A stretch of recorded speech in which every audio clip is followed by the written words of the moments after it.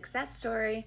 All right, so listen, I am in constant contact with somebody, and I just want to tell you a little bit about how their week went. So basically, she has a job, and she's, struggling with like the abundance mindset. And so, she's doing what every one of us would do, try to get as many hours as you can, work, those types of things. So, that was an effective method for her to, let her employer know her availability and all of that stuff.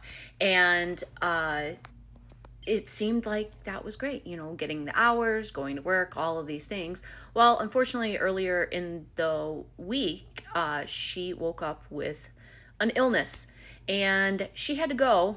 She was the opener, so she didn't call off. She did the thing and she decided to go to work anyways. And when her boss arrived, they immediately identified that she was sick. And instead of, which I know, there's this or that, but instead of understanding and being kind to her, they decided to basically yell at her and tell her that, what the heck did you show up here for? Blah, blah, blah. So she went home. She was feeling not so good, obviously not in good health, and was obviously feeling like, she tried to do the right thing because it was the earliest shift to try to find coverage. And when she woke up, she didn't know she was sick, like that. So anyways, she gets sent home, goes to the doctor, gets a note. She's happens to be off of work the very next day and just had as part of her regular schedule. And so now she's going to be on the antibiotics. She's released to return on her next scheduled day of work. And she is good. She's doing her thing. She's going through emotions. Of course, she was upset. And I just redirected her. No, that's not the way it is. Swipe left. This is working for you. This is all unfolding perfectly for you. Don't go from there. Don't waver from that, right? So then the plot thickens.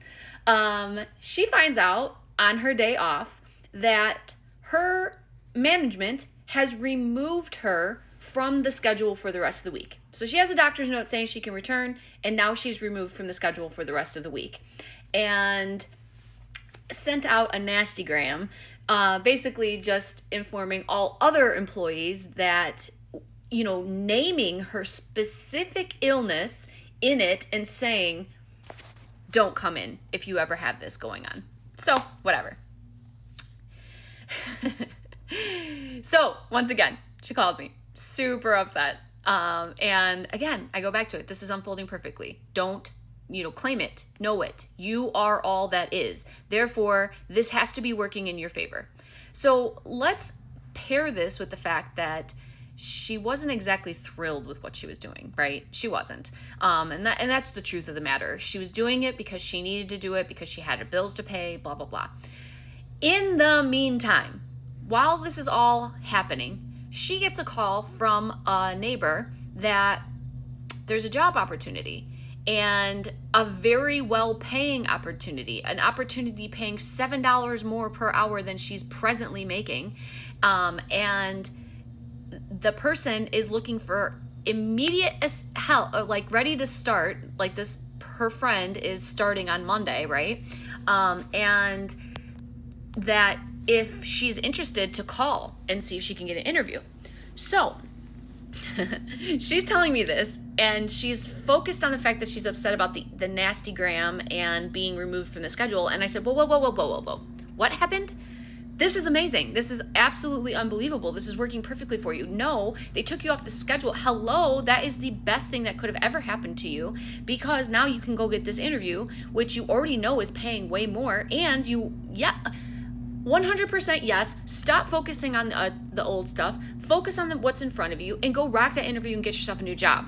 So, long story short, what happened? And let me tell you, morning of interview, she was nervous. Oh, I hope I get it. No, you got it. It's already done. You have the job. You got it. Congratulate yourself. There is no other way. She got the job. And she starts Monday.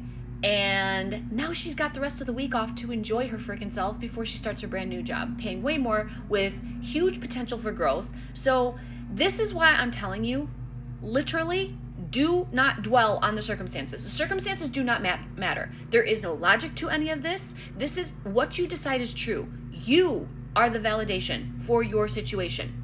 So if you think something is bad, it is bad.